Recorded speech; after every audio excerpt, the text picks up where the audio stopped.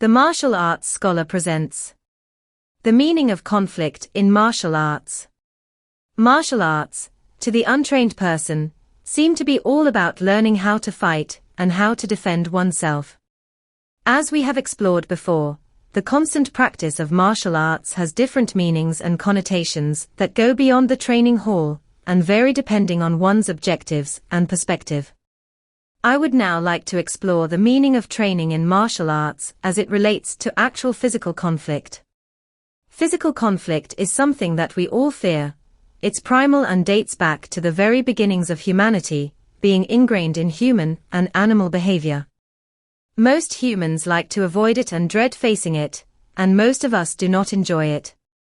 We enjoy watching it and are fascinated by it on many levels. However, when it comes to facing it individually, most fear it and many do not know how to handle it. One of the most prevalent myths about martial arts and martial artists is that anyone who trains in the martial arts knows how to fight well and can defend themselves at all times, regardless of the opponent or the circumstances. While a trained martial artist probably has a much better chance of defending themselves or defeating an untrained opponent, this is not always the case. Losing a confrontation should not reflect negatively on the person, the art, or the training. I would actually argue that someone who is good at fighting and has an excellent fight record is not always the better fighter. Bear with me for a second. If someone wins a fight, but at the end of it, completely loses themselves and goes into a deep downward spiral because they don't know how to handle the success, did they actually win the fight? Or did they simply defeat an opponent in that moment only to lose everything else because of it? There are many fighters who have lost many fights, but have recovered, made comebacks, and then tasted victory again. They overcame and conquered not only their opponents, but also their fears, doubts, and failures. I would argue that those fighters are more formidable than one who has never lost a fight, because they know how to handle all aspects of conflict, not just one.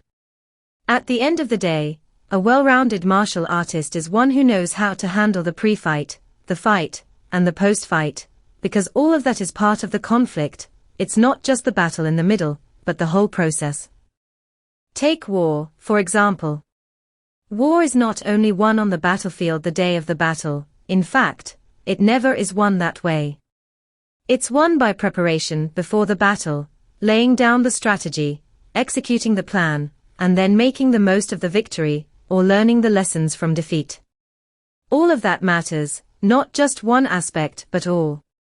One can lose a fight, but in losing, one can win the battle and win the war, because the conflict is not over at the ring of the bell, it goes on well after that.